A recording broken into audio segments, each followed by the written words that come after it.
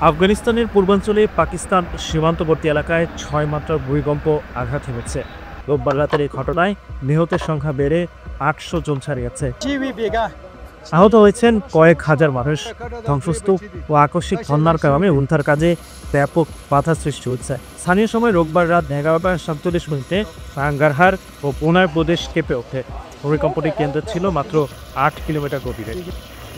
প্রথম ধাক্কার ২০ মিনিট পর নাঙ্গারহারের বাসাউল এলাকায় ৪.৫ মাত্রার আরেকটি ভূমিকম্প হয়। এরপর থেকে ৪.৩ থেকে ৫.২ মাত্রার বেশ কয়েকটি কম্পন অনুভূত হয়েছে জালালাবাদ ও আশেপাশে। মার্কিন ভূতাত্ত্বিক জরিপ সংস্থা USGS জানিয়েছে ভূমিকম্পের কেন্দ্রস্থল ছিল জালালাবাদ শহর থেকে ২৭ কিলোমিটার উত্তর পূর্বে পুনার প্রদেশের কাছে। প্রায় ৩ লাখ মানুষের শহর জালালাবাদ পাকিস্তান সীমান্তের গুরুত্বপূর্ণ বাণিজ্য কেন্দ্র। রাষ্ট্রীয় সংবাদ সংস্থা বাখতারের খবরে বলা হয়েছে প্রতিরক্ষা মন্ত্রণালয় ৩০ জন চিকিৎসক ও ৮০০ কেজি ওষুধ পাঠিয়েছে কুনারে।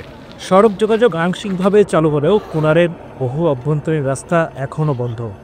জনবসতি এলাকায় ধ্বংসস্তূপ সরিয়ে আহতদের উদ্ধারে জরুরি সেবা সংস্থাগুলো কাজ চালিয়ে যাচ্ছে। আফগানিস্তান ভারতীয় ও ইউরেশীয় টেকটনিক প্লেটের সংযোগস্থলে অবস্থিত। এই জন্য দেশটি মাঝারি সেগির শক্তিশালী ভূমিকম্পে প্রায়ই কেঁপে ওঠে। ২০২৩ সালে হেরাত প্রদেশে ৬.৩ মাত্রা ভূমিকম্পে ২,০০০-এর বেশি মানুষ মারা যায়। ২০২২ সালে পাকতিয়া, খোস্তো ও নারগারহারে ৬ মাত্রা ভূমিকম্পে প্রাণ হারান অন্তত ১,০০০ মানুষ।